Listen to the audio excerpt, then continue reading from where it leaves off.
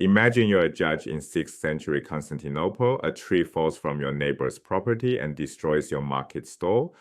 You consult the legal records and find two contradictory rulings. One judge, centuries ago, said the property owner is liable.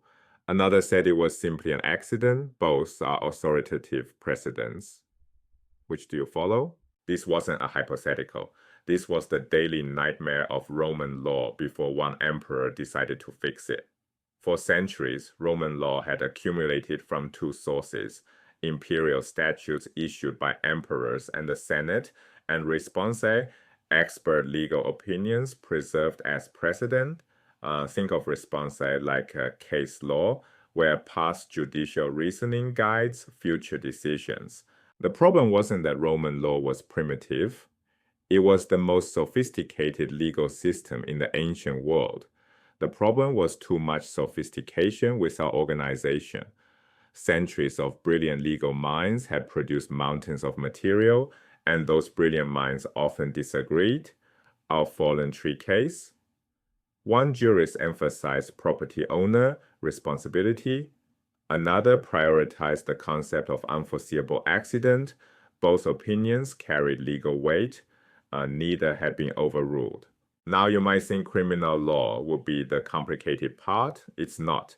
Criminal law has finite categories. Murder requires intent and premeditation. Manslaughter means death without intent. You punch someone, not knowing they have a weak heart, and they die. Negligence means failing to see what you should have seen. These distinctions matter enormously, but the categories themselves are manageable. A legal system can enumerate them. Compare this to barbarian legal codes of the same era. Cut off one finger, pay 5 solidi. Civil law is where complexity explodes. Property, contracts, inheritance, partnerships, guardianships, surety, obligations. Each category contains infinite edge cases. What happens when a river changes course and moves your property boundary?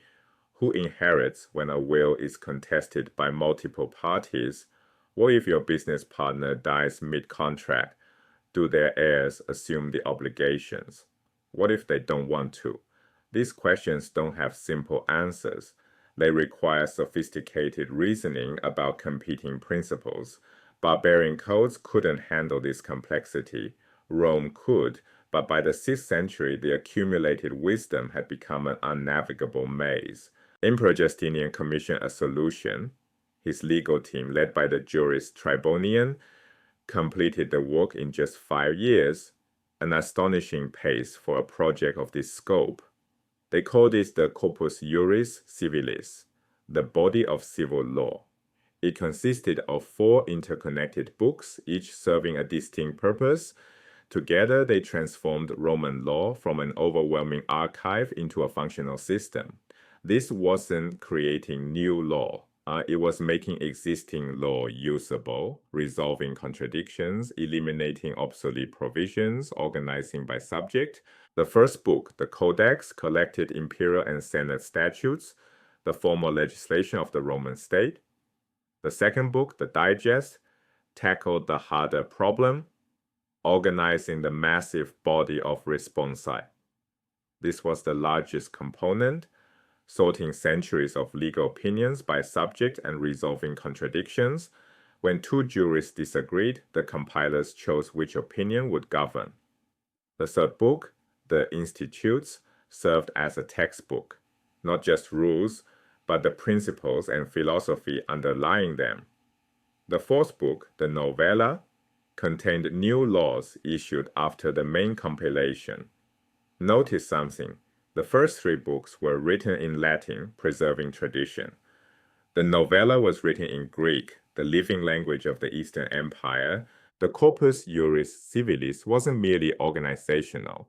It embodied a political philosophy about the relationship between ruler and law. The emperor occupied a paradoxical position. He was simultaneously the servant of the law and its master. As servant, he implemented the legal order bound by its principles and procedures. As master, he held absolute authority to change it. He was the living source of law itself. This dual role defined Byzantine governance, highly efficient, capable of sophisticated administration, but also potentially oppressive when that absolute authority was exercised. Remember Procopius, the historian who wrote both official praise and secret condemnation of Justinian? His contradictory portraits make more sense through this legal lens. The same system that enabled sophisticated governance also concentrated terrifying power in one person. The emperor could resolve legal contradictions, but he could also create new law at will. The efficiency that organized centuries of jurisprudence also enabled systematic control. Byzantine government worked. It worked very well. Whether that was good or bad depended entirely on who held the power and how they chose to use it. Here's what makes this more than ancient history. The Corpus Iuris Civilis became the foundation of all European civil law systems. When medieval universities revived legal scholarship, they studied Justinian's code.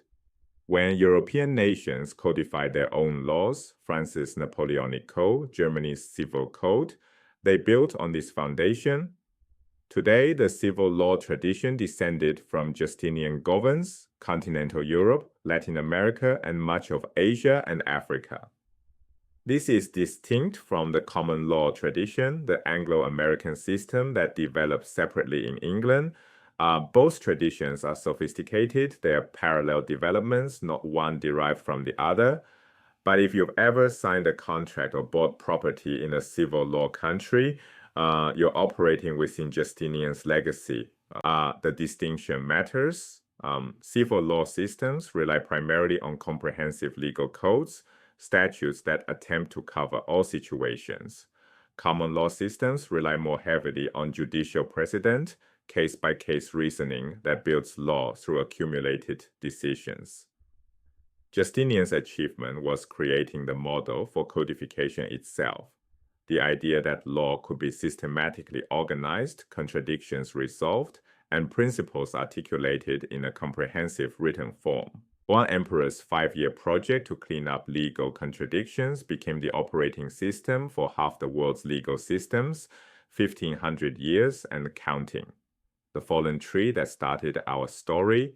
Under the Corpus Iuris Civilis, a judge finally had a clear answer, not because the problem was simple, but because someone had done the hard work of choosing which principle would govern. That's the power of codification. That's Justinian's enduring legacy.